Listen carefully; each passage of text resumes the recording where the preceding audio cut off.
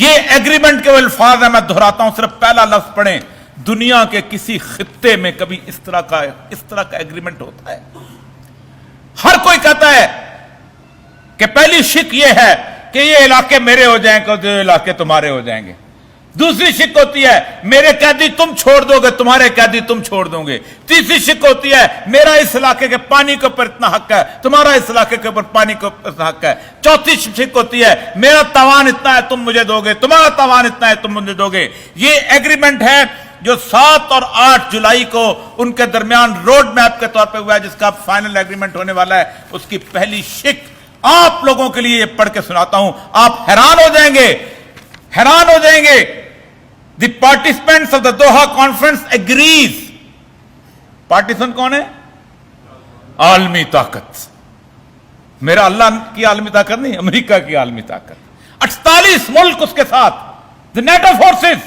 انسانی تاریخ میں اس سے بڑی جنگ آج تک نہیں ہوئی۔ جو لوگ کہتے ہیں جھوٹ بولتے ہیں۔ پہلی جنگ عظیم میں آدھی دنیا ایک طرف تھی، آدھی دنیا دوسری طرف تھی۔ دوسری جنگ عظیم میں آدھی دنیا ایک طرف تھی، آدھی دنیا دوسری طرف تھی۔ تیسری ویتنام وار کے اندر چین روس ایک طرف تھا، امریکہ دوسری طرف تھا۔ کوئی جنگ ایسی نہیں ہوئی جہاں دنیا 2 حصوں میں تقسیم نہ ہو چکی ہو۔ روس اور افغانستان کی جنگ میں دنیا 2 حصوں میں تقسیم تھی۔ واحد جنگ ہے، پوری دنیا ایک طرف تھی اور میرے اللہ کے فرزانے ایک طرف تھے۔ Participants of the Doha conference agrees, یہ دونوں اس بات پہ اگری کرتے ہیں، متفق ہیں، on a road map for peace based on the following conditions. ایک راستہ متعین کرتے ہیں جس پہ ہم چلیں گے۔ اس راستے کا پہلا لفظ سنیں، اگلے میں نہیں پڑھوں گا، اگلے بہت چھوٹی چھوٹی باتیں ہیں۔ انسٹیٹیوشنلائزنگ، ادارے مضبوط کرنا، آج کل بڑا لفظ بولا جاتا ہے۔ Islamic system in the country for the implementation of the comprehensive peace, ہر ادارے کو اسلام کے رنگ میں ڈھالنا۔ پہلا ایگریمنٹ، کوئی اور نہیں مانگا، کوئی اور مطالبہ نہیں ہے۔ ہم امن اس وقت حاصل کریں گے کہ جب اس پورے ادارے جتنے بھی ہیں وہ اسلام کے سانچے میں ڈھل جائیں گے۔ یہ کیوں آیا؟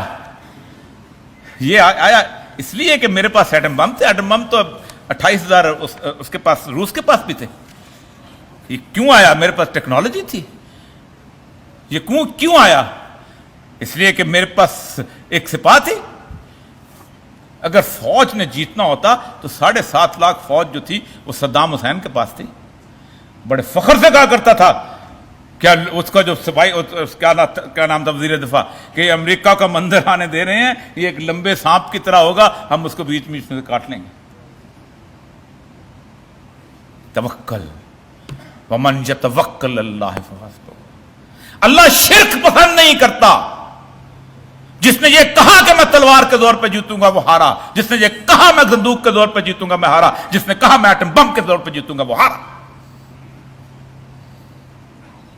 ورنہ روس کے پاس کم ہتھیار تھے، وہ تو پڑوس میں تھا، صرف ایک اٹھنا تھا اور وہاں پر نافذ۔ اور کون سا ملک اس نے ہضم نہیں کر لیا؟ دنیا چپ رہی۔ تاجکستان ہضم کیا، ازبکستان ہضم کیا، کرغزستان ہضم کیا، قزاقستان ہضم کیا، آذربائیجان، سب، لیکن کسی طور پر اس کو گنجائش نہ مل سکی۔ یہاں صرف یہ ناراضگی، آپ کو ایک راستہ ملا ہے، کیونکہ وقت بہت کم ہے۔ یہ آپ کو یہ راستہ ملا ہے، اور اگر اس قوم نے اس راستے کو اختیار نہ کیا تو مجھے ڈر ہے، میں کوئی ولی نہیں ہوں، میں کوئی پیغمبر نہیں ہوں، اللہ تعالیٰ مجھے ہر دعوے سے بچائے، لیکن رسول اللہ صلی اللہ علیہ وسلم کی احادیث اور قرآن پاک جو ہے، اس اپرچونٹی کو اگر آپ نے نہ حاصل کیا تو بہت بری حالتوں کی کچھ بشارت دیتی ہے جس سے ہم برداشت نہیں کر سکیں گے۔